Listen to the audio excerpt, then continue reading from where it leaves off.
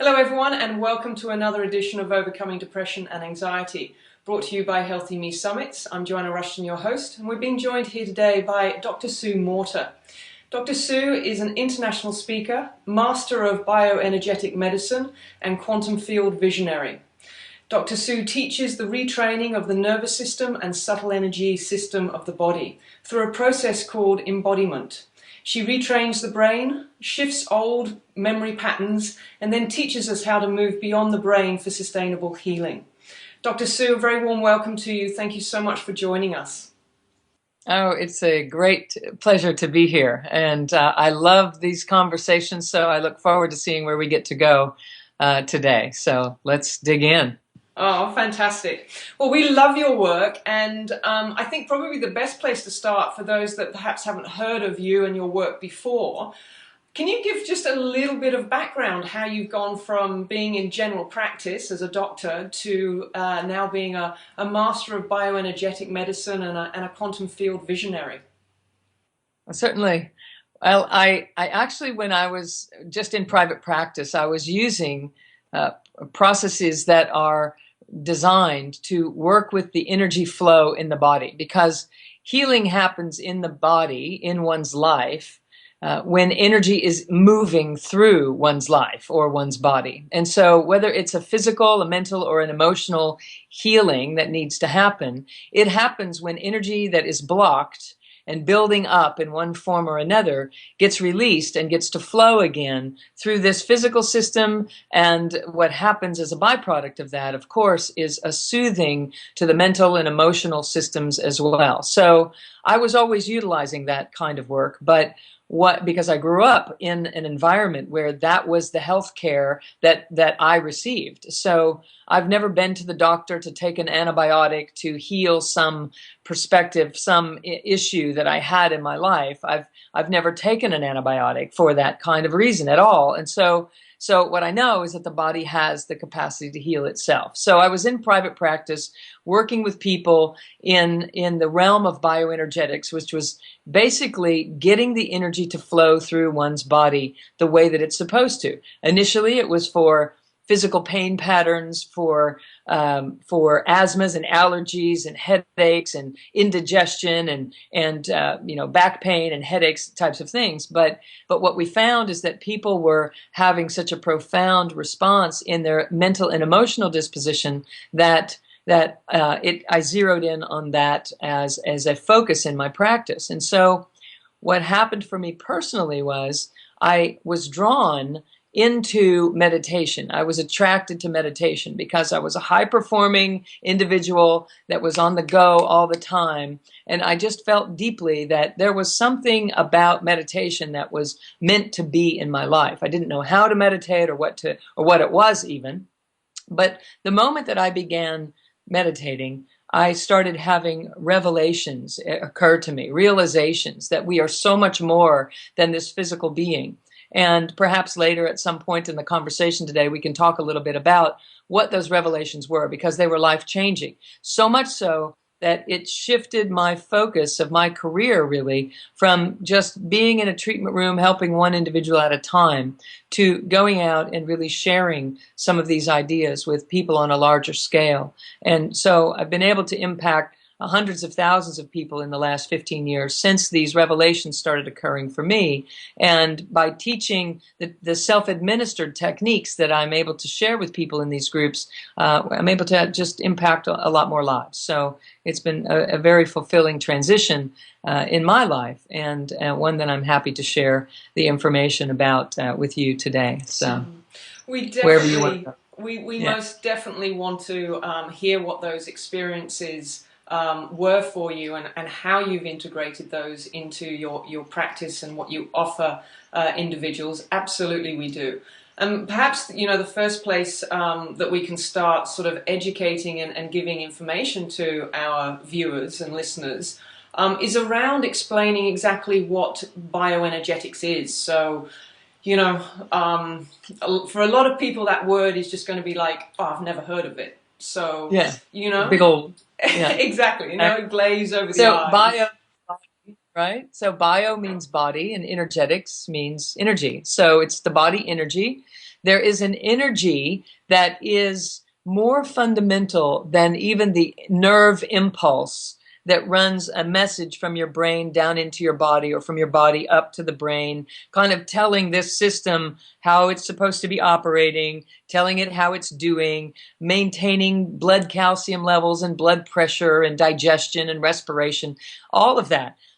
That's an essential energetic system, the nervous system, but there's a system in place that actually developed the nervous system in the developing embryo. It's an electromagnetic energy field, and it is what built the brain, and it built the spinal cord. And so it's more fundamental. And so I work with that energy field that is in charge of everything physical about you. It is influenced by your emotions. It's influenced by your thoughts.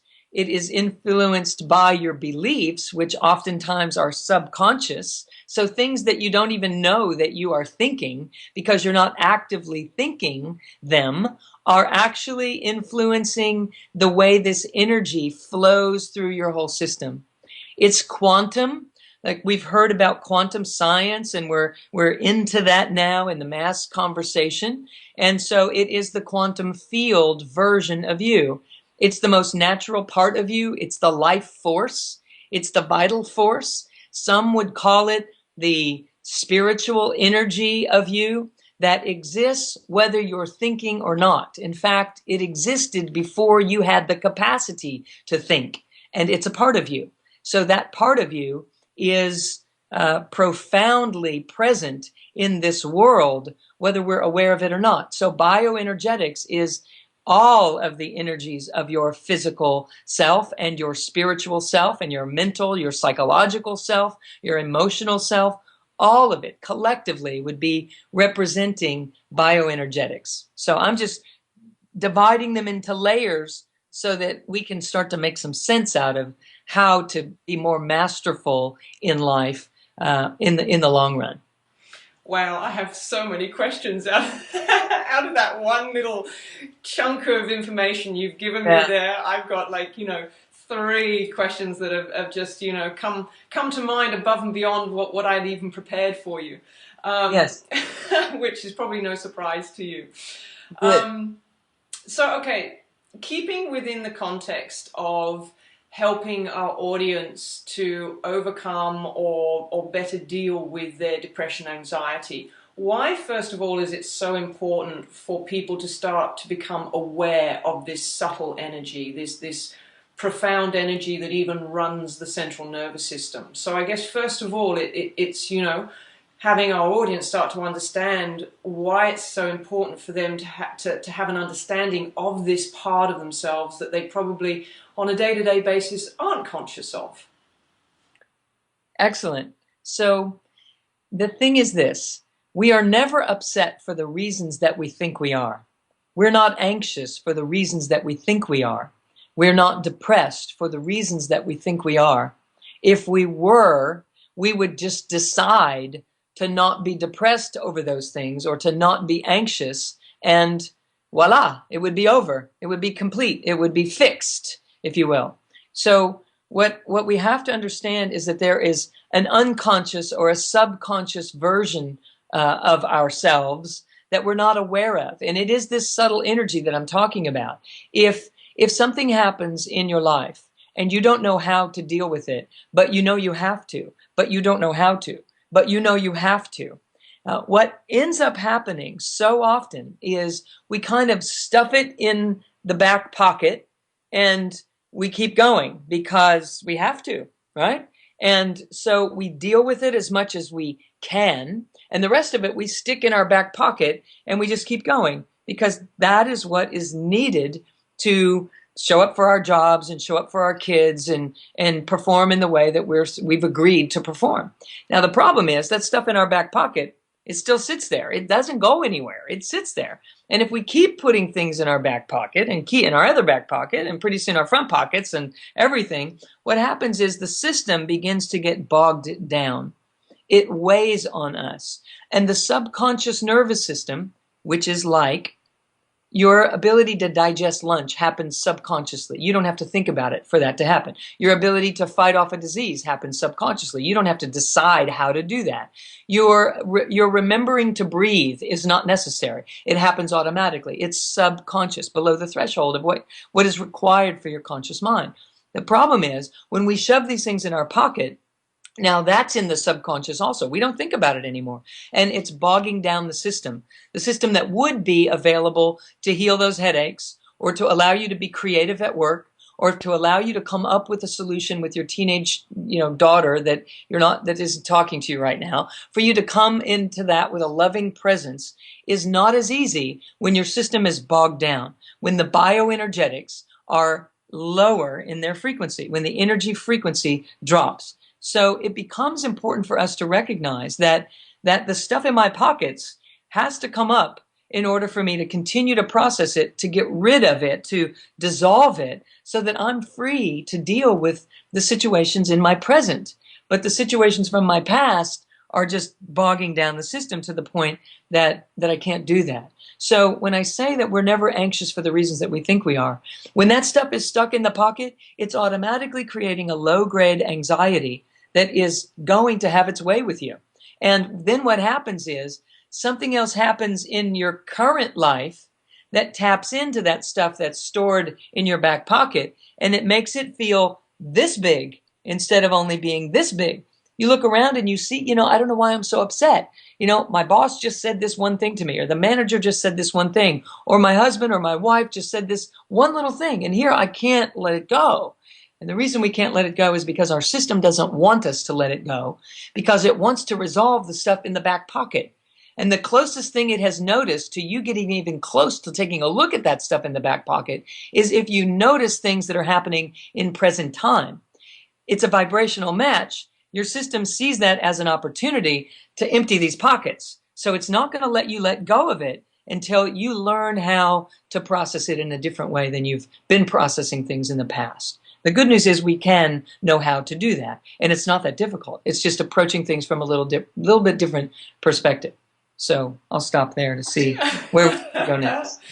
Okay, so what I'm hearing there is first of all a greater understanding that these emotions and these feelings that we often put words around are first and foremostly energy that moves through the body.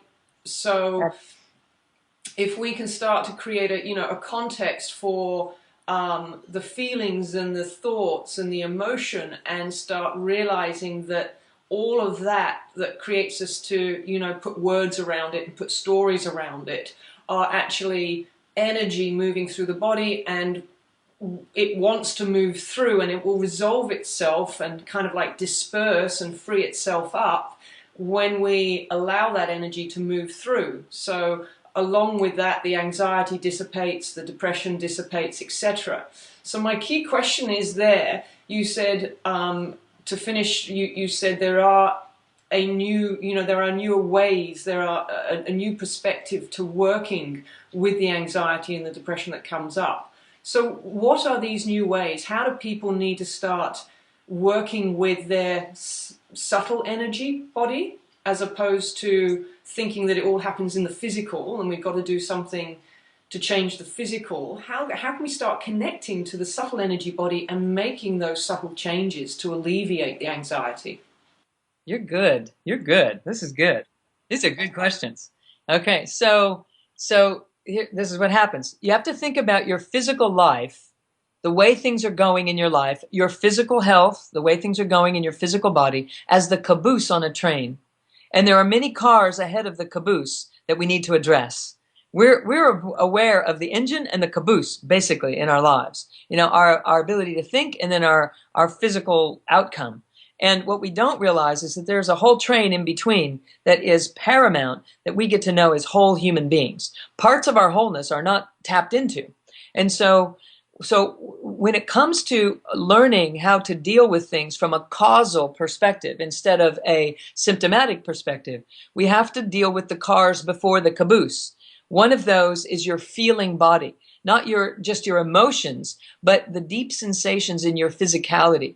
When you have a gut feeling, you are tapping into what I'm talking about. When you have a hunch, when you feel something in your heart of hearts, even though you can't explain it, you just know this is what's right for you to do, even though logic would direct you in a different direction, and cultural norm would direct you in a different direction, and family tradition might even direct you in a different direction. When you know that this is what I have to do, you're already tapped into what I'm talking about. The thing is, we don't utilize that on a day in, day out basis to our advantage. So when we have a gut feeling, it is this energy rising up to the mind, trying to show us that this is the direction that we're supposed to follow. We have already tapped into that sensation, this idea that of bioenergetics. You're already tapping into the subtle realm version of yourself when you do listen to that gut feeling. The problem with our way of living is that we have a tendency to wait for that rising up of the pressure and the compression within, with self-doubt and not trusting ourselves, to become so great that it takes a lot of intensity to pop that up through, to become aware of what it is that we're truly feeling. We get so busy naming things, naming emotions, and then writing stories about the emotions that we're feeling. We look for, oh, I'm upset. Well, who am I upset about or at, or why am I upset? And we go into our heads and try to figure all that out, when all the while it's just that there's an energy rising up from inside of us that we are attempting to learn how to interpret this new language. So this language is something that is meant to be. It is the indigenous part of you. It's the natural language that you're supposed to be speaking. But when we are in such a state of living in this busy mind, when we rise up through this mind, we get attached to this busy mind. And now we're distracted. We're not available to feel that rising impulse that we call a gut feeling on a subtle realm enough that it could be working for us every day. Instead, it has to take intense circumstances before we start listening. But the truth of it is, it's available to us all the time, every day, as a way of living. We just have to learn how to do that. So the knot in your stomach or the lump in your throat, they mean something specific. They mean different things. They don't mean you're supposed to run away from the situation, which is kind of what we were taught. Like, I get upset every time I'm around this person, so I'm just not going to be around them anymore.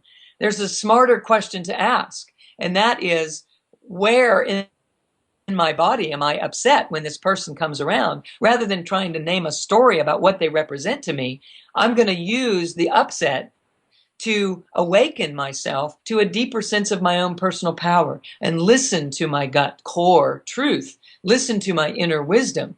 And as we know, the chakra system, which is a system of energy vortexes that are located in the body, they represent different parts of our own wholeness. And if some of those aspects of our wholeness are shut down, then we have a difficult time accessing our personal power in situations. We think that this situation on the outer world upsets me, and I have to stay away from it in order to not be upset. And the fact of the matter is that will create quite a limiting reality for us. If we stay away from everything that upsets us, pretty soon we're going to be living in a pretty small world with very few windows and doors, just so we can protect ourselves. So the idea is, let's turn that inside out and start to learn some power from these circumstances rather than learning how to retreat even further out of life. Let's move into life and learn from these circumstances why it is that they are happening. So the biggest question in that case is, how can we start leaning in to the discomfort that we are always wanting to run away from? So whether it's the anxiety of projecting into the future, or the depression of thinking about our past and thinking that the future is going to get repeated based on my past experiences, how can we start to lean into the discomfort of what rises up within us and meet it more effectively, so that we can start learning a new way of dealing with our depression and anxiety more effectively and more transformationally?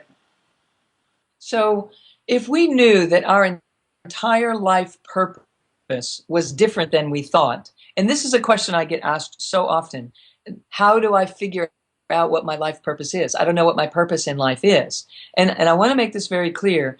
Your purpose in life is one thing, and it is to awaken to your greatness. That's it. Your purpose here is to awaken to your greatness, because when you do, you are available to love in situations that you weren't available to love in before, because you were too busy protecting yourself to be able to be generous, to be able to be loving, to be able to be kind, and to not be a doormat at the same time. We don't know how to put all that recipe together. And the fact of the matter is, we can learn how to put that whole recipe together. So if we knew that everything in my life was about project awakening, that I'm just here and everything that happens in my life is serving that purpose. It's all, no exceptions, attempting to show me my magnificence. And so when someone shows up in my life and isn't loving to me and doesn't do the things that I think would represent being loving, it is not because I'm unlovable. It is because I didn't need them to be loving to me in order for me to wake up to my own magnificence. In fact,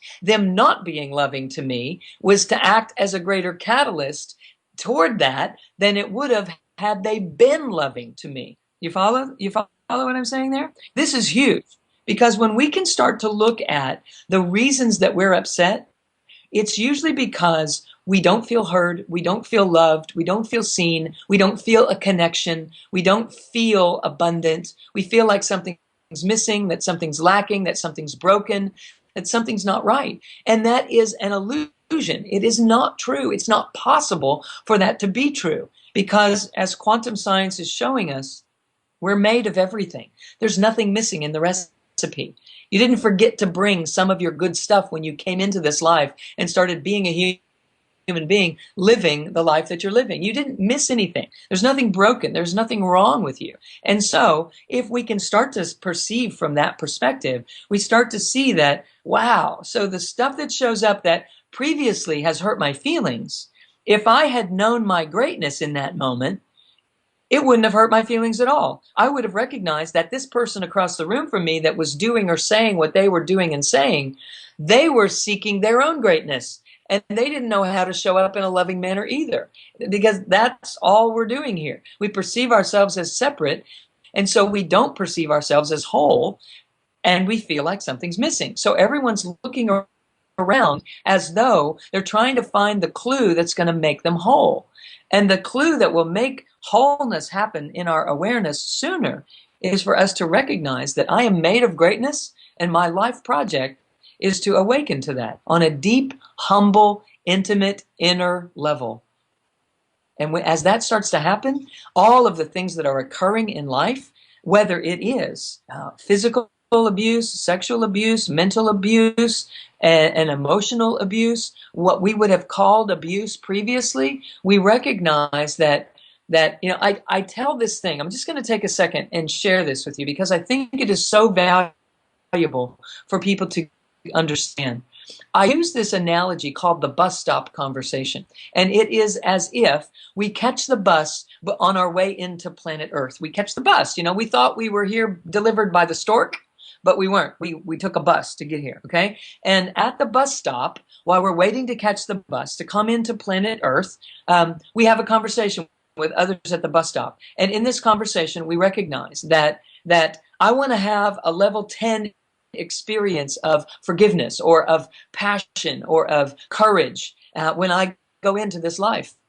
And in order to have a level 10 experience of, let's say, forgiveness, for example, someone's going to have to do something that's nearly unforgivable, so that I'm going to have to reach inside of myself and find some part of me that I didn't even know I had in order to forgive them once I've spent 15 years being upset at them and I'm tired of feeling the grudge and the heaviness of all that. And so I'm going to reach inside of myself and find this part of me that is able to forgive such a thing that's nearly unforgivable. And as I do, I'm going to experience myself in this magnificent and victorious manner. And there I get my level 10. And so someone is going to have to show up and play the part of the person who does the thing that's nearly unforgivable. So it's actually a great act of love, because who wants to play that role, right? So in that, there is a great exchange of nudging me toward my magnificence, little by little. And my job in the world is to have that be larger steps in a shorter period of time, so that we can cut to the chase and get on with living a life of magnificence and peace and joy and bliss and healing in all kinds of ways that we didn't have access, we didn't think we had access to before. So as we learn this inner language, we learn to awaken faster, because when we are upset, if we don't go into the story and we just go to the part of the body that is feeling the tightness, the clamping down, the wretched feeling,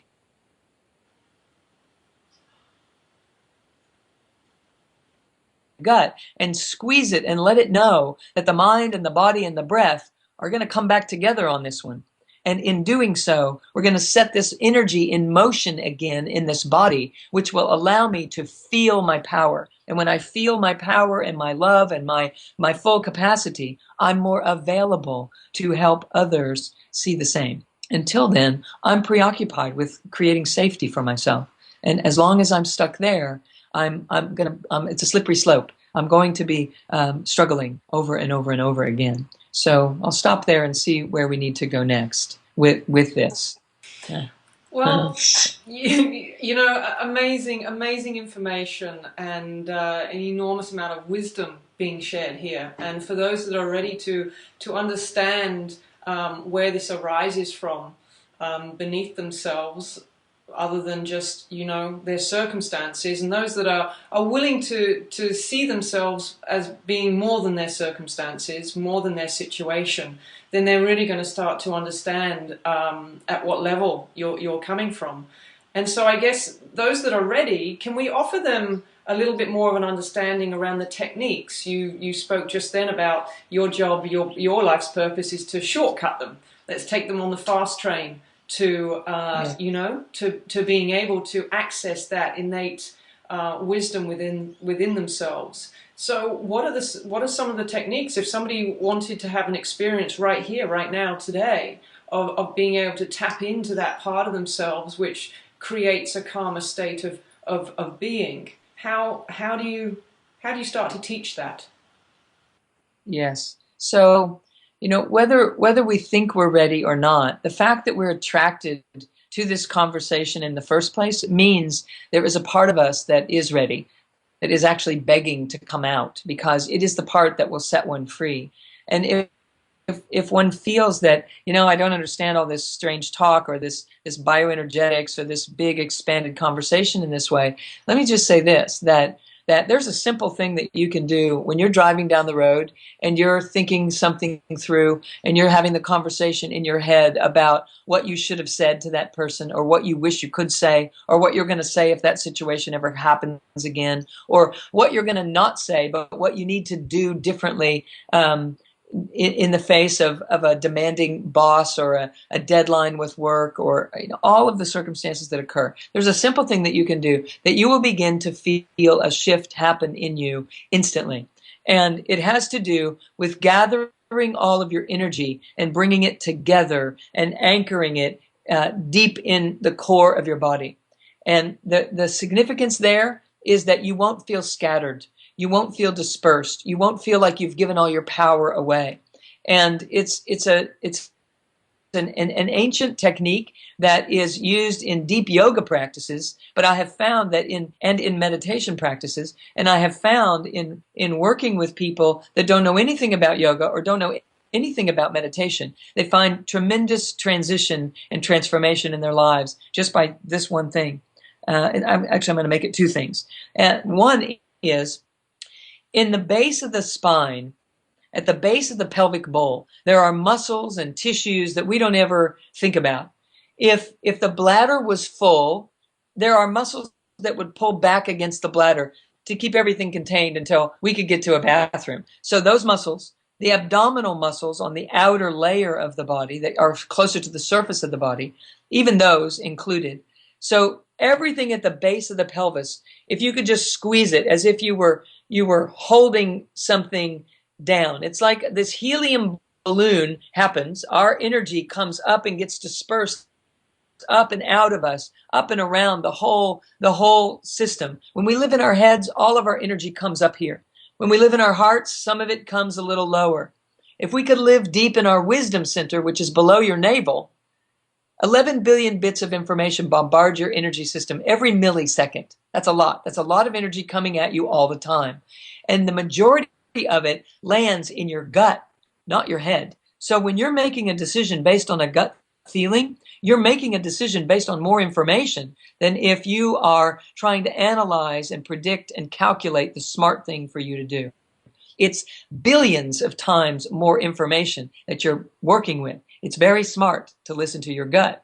So when you are tethering here by squeezing the tissues at the base of the spine, you are pulling your energy from all around here down into and activating this deep wisdom center. When you activate this deep wisdom center, you're much more likely to pay attention to what's coming up from your gut and let it land in your mind from below.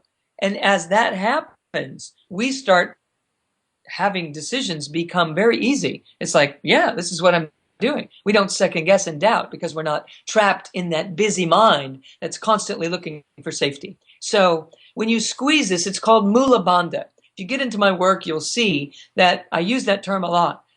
Mula bandha. It means root lock. That's what it means. It means locking your consciousness at the root of your being, at the root of your system, at the tip of your tailbone.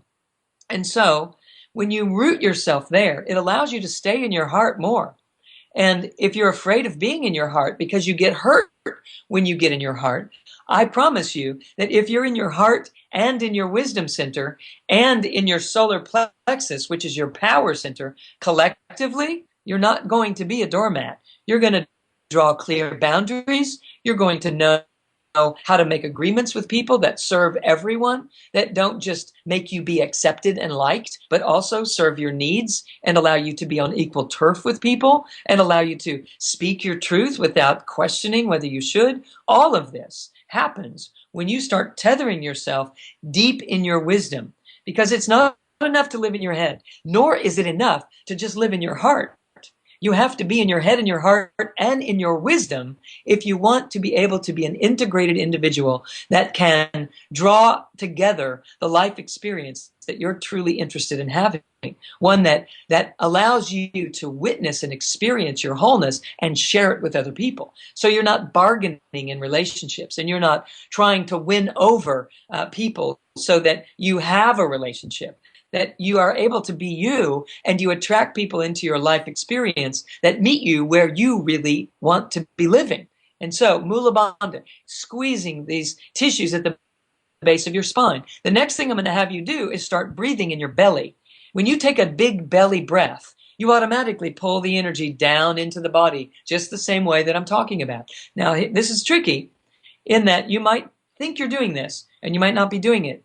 So here's how you know. If you put your hand on your navel right now, below your navel, and you take a deep breath in, want your belly to come out toward the screen that you're looking at right now. And when you exhale, your belly is going to come back toward the spine, away from the screen that you're looking at right now. When you inhale, it gets big. When you exhale, it pulls back. And it's not your chest. It's below your navel. It's your belly. My shoulders aren't moving at all. And I'm taking big breaths in and out. You have to learn how to do that. If you already know how to do that, I'm going to give you a little add-on. But if you don't know how to do that, stop right there and learn how to do that, because that will change your world. The lower lobes of your lungs are innervated with nerve endings that stimulate your nervous system to calm down. The upper lobes of the lungs are innervated with nerve endings that stimulate your nervous system and tell it to rev up. So if you're taking a deep breath trying to calm down, but it looks like this,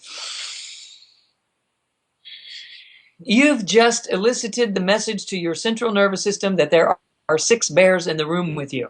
Calming down under those circumstances is very unlikely. So we were taught, before you go into that meeting, take a deep breath. Before you pick up the phone to make that call, take a deep breath. I'm saying time out. You take a breath that is going to serve you. Take a low belly breath. With bandha contracted. So you contract the muscles at the base of the pelvic bowl. And I promise you, if you're driving down the road and you're upset about something and you're rehashing what you're going to do, if you do this mula bandha, if you contract at the base of the pelvic bowl, boom, just like that, you won't be able to get as upset as you were just a moment ago. You won't be able to get a good upset going. You'll be all up in your story, and all of a sudden you won't even be able to find it. It will just be done. You might still be thinking about it, but you're going to start to think about it more rationally. But more importantly, you're going to start thinking about it more holistically, because your wisdom and your personal power and your love have an opportunity to get into this scenario that your mind is busy doing. And when that happens, everything changes. Now, if you already know how to belly breathe, which is like ujjayi breathing, if you're a singer, you learned how to breathe this way. If you're a yogi, if you do yoga, and you should investigate a yoga class. If you're new to yoga, take a yin class, Y-I-N.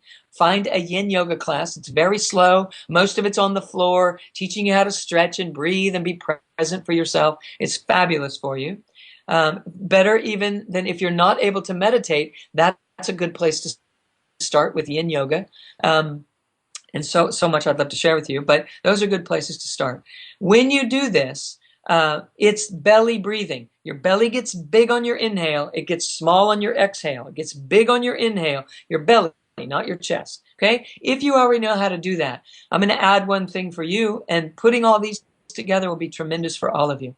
You can start to breathe from above your head as if you were going to raise your hand up overhead and snap your fingers as high as your arm would reach. And you look up and you see that space, and then you look back straight ahead, but you memorize where that space is. And then you bring your hand back down and relax it in your lap, but you're remembering that space up there. And you're going to take a breath as if you're breathing. You're going to make this part up as if you're breathing from this place above your head right down into the center of your brain, into the center of your throat, into the center of your chest, into the center of your belly, into the center where you're squeezing at the tip of your spine, and you're going to exhale right into the earth right below you. You're making it up that you're breathing through the central channel of your body. Now, the truth is, we can measure, science has proven that there is a channel that runs through the center of your body like this. And when you bring your breath and your attention through that channel, you start to accentuate the flow of the energy through your body. So here's how that would go. You would take a breath from overhead and breathe into your belly. Belly gets big, then you squeeze the belly back toward the spine on the exhale, and you're shooting that breath down into the earth below you. And you keep that mula bandha squeezed at the tip of the tailbone. Now you're going to take a breath up from the earth right where you left it, below you, and breathe up, back up through the body, through mula bandha, into the belly. The belly gets big. And then on your exhale, you squeeze the belly and you shoot that exhale right out the top of your head, just like a whale would shoot out the blowhole out of the top of their head. You're going to just imagine that you're shooting this out the top of your head. And then you're going to breathe in and breathe it right back in through this area into the belly. Belly gets big. Squeeze the belly. Exhale down into the earth. This central channel breathing will start to cultivate the bioenergetics, fancy word, fancy technique, is going to start to move this energy through your system in an integrative manner. And what this will do for you is start to allow you to feel the real you. And the real you is more apt to be less likely to bite into the stories that we're writing about being afraid to repeat things that have happened in my past, being afraid of a future that I can't predict, because we're attached to the mind. It's the mind that thinks that way. The real you doesn't, but they're hooked into each other. We have to get them to unattach in this manner so that the real you can observe your mind doing what it does, but not get hooked up in that story. So I'll stop there and see where you want to go from there. But these three practices will absolutely transform how you be in the world. I have had people transform depression in their lives by doing nothing more than starting to breathe this way. Not just in the moments when they're upset, but all the time, every day, with an awareness of this 1,000 times a day. I am always breathing in this manner. Every time you talk and I listen, I'm doing a breath like this. Every time I'm driving down the road, I'm breathing this way. When I'm sitting in a meeting with my whole team around, I'm breathing this way. When I'm running down an airport concourse to get on another plane, like I do every week to go somewhere to teach this and deeper versions of this work to people, I'm breathing this way. Because when I breathe this way, I heal. I've healed migraine headaches in my own life, anxiety in my own life. I was the most afraid person that I knew. I slept in my closet as a kid, literally on the floor, because I only had to look one direction. That's how afraid I was. The fact that I speak to tens of thousands of people every day is because of what I'm sharing with you. So it's big. It's huge. I've healed a scoliosis in my body. I have healed so many other injuries by doing breath work similar to this. I know that it, on a personal level, and from working with the many, many people that I have worked with, that this will change your life. So as crazy as it might sound, the invitation is give it a try. It's a whole lot better than biting your nails, and it's going to make a big difference for you in the long run. Okay. All right. Oh, wow. Dr. Sue, what can I say? So many wonderful, just the information. I don't want this interview to end. That's the problem. You know, I have just so many more questions that have arisen from this, and you know, maybe what I'm going to have to do is invite you back and we do an extended interview after the summit, and give our audience an opportunity maybe even to tune in live with you and ask questions, because I think, you know, if I've got questions coming up, I can only imagine how many more are coming up for others that are tuning in and listening. I want to, you know, one thing that you said, which I think is a really important message for our audience, you mentioned how important it was not just to do this, which I've been practicing while you've been speaking to me, and I've noticed how much more grounded I've been in just being able to listen to you and not worry about what the next question is, but just become so much more present to listening to you, and from that the next question just automatically arises because I'm being present in the moment. And one of the key messages that came out of that for me was when you said, don't wait for the anxiety, don't wait to be in the depression to practice this. Make it a practice as a way of almost preventative, like a preventative lifestyle, so that we don't get sick, so we don't, you know, get into that. And I think that's a key message for people to walk away with, is don't wait for that moment in your life where you need it. Start to practice it now, so that so that you remain anchored in that mind, heart, and wisdom body. Yes. So, of course, in a triage situation, in an emergency situation, you grab Mula Bandha instantly. Then I would also recommend that you squeeze your heart on the inside. Just start squeezing the muscles in there and start breathing in this central channel manner. It will keep you from saying something you regret later. It will allow you to start to move through situations instead of feeling like you have to bounce off of them. And one last thing about that, I would also encourage you to do this, like we were just saying, not in an emergency situation, but in the in-between moments. And here's a little tip.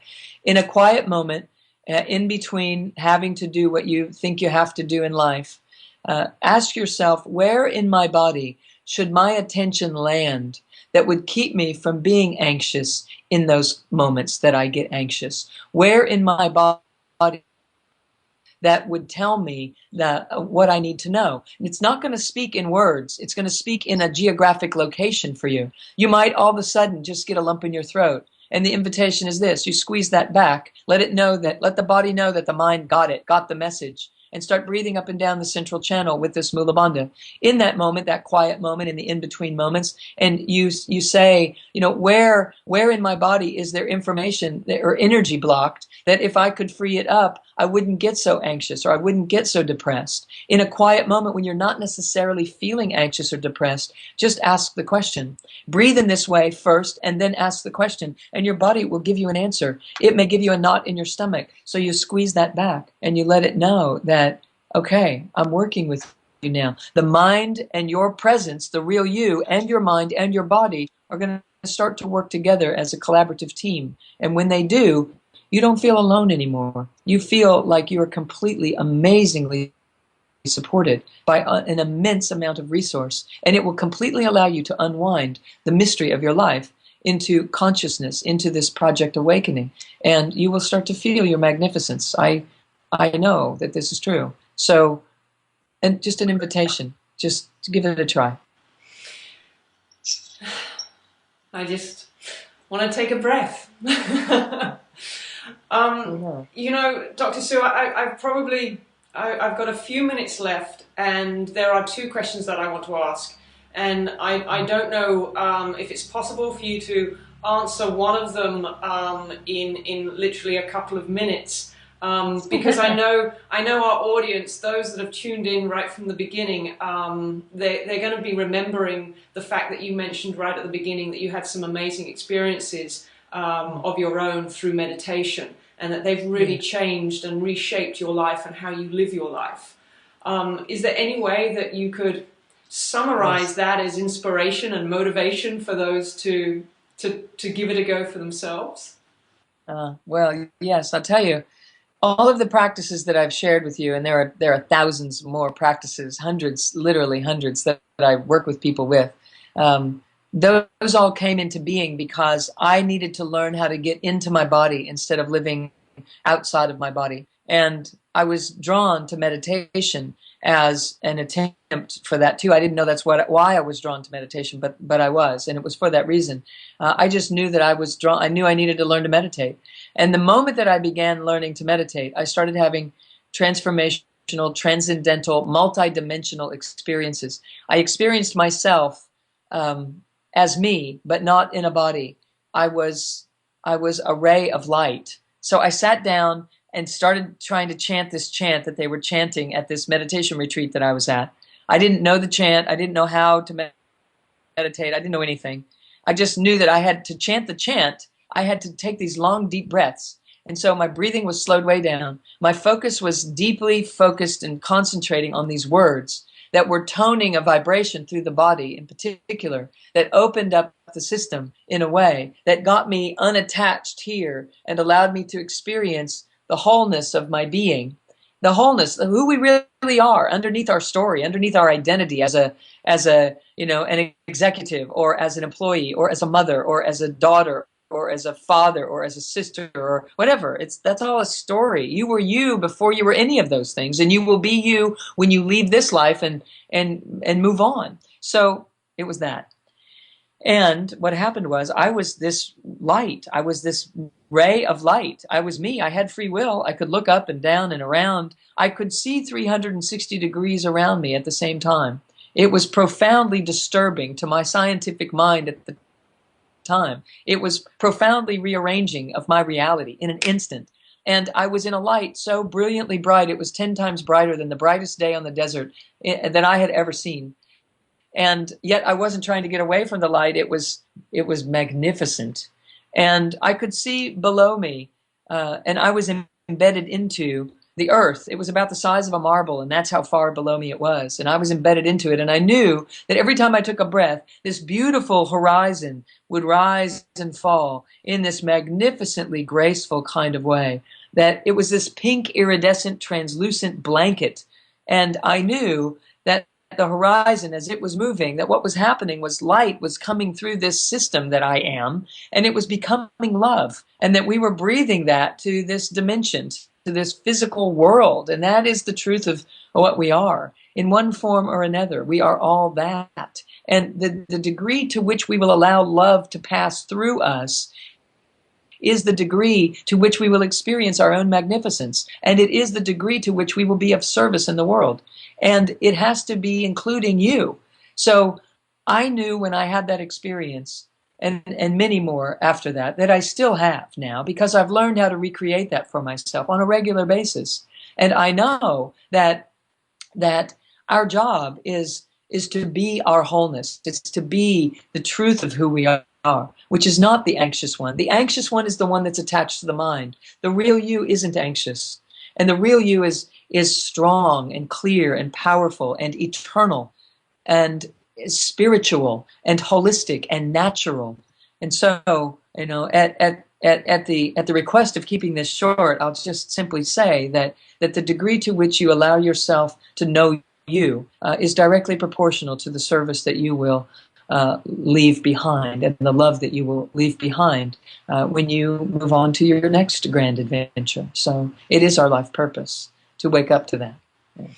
So profound, Dr. Sue. Your words of wisdom, so profound, and they certainly penetrate me, the inner me that I am beyond my physical. So I thank you for what I've received listening and engaging with you. It's been absolutely amazing. And I have no doubt that our listeners out there are going to be experiencing the same. As you said, if they're listening, then there's already an innate curiosity whether or not they know it or not, which I love. Yes. Yeah. I'm going to conclude our beautiful chat by asking you what your I am statement is, because here at Healthy Me Summits we're putting together a beautiful ebook of all of our speakers' I am statements or affirmations, to just be something that our listeners can download and be inspired by just by flicking through and reading them. So we would love to add yours to our Healthy Me affirmations. What would your I am be? It's interesting. My statement is simply, I am. Hmm. I love that. And I had a feeling you were going to say that. And that I follow that with limits the truth. The truth is I am. I love it. I love it. Whole and full. That's it. I am. Thank you so very much for your time, your most magnificent energy. I feel absolutely enlightened, uplifted, and full of joy from speaking to you. So thank you so very much. I know that the rest of my day is just going to unfold beautifully. It's my greatest joy. So I'll say yes to coming back and continuing our conversation in one way or another. But hopefully this has been of benefit to everyone today. It is a great joy to share. Absolutely. Thank you so much, and I look forward to connecting again with you soon. Very well. Blessings. Bye now. Bye-bye.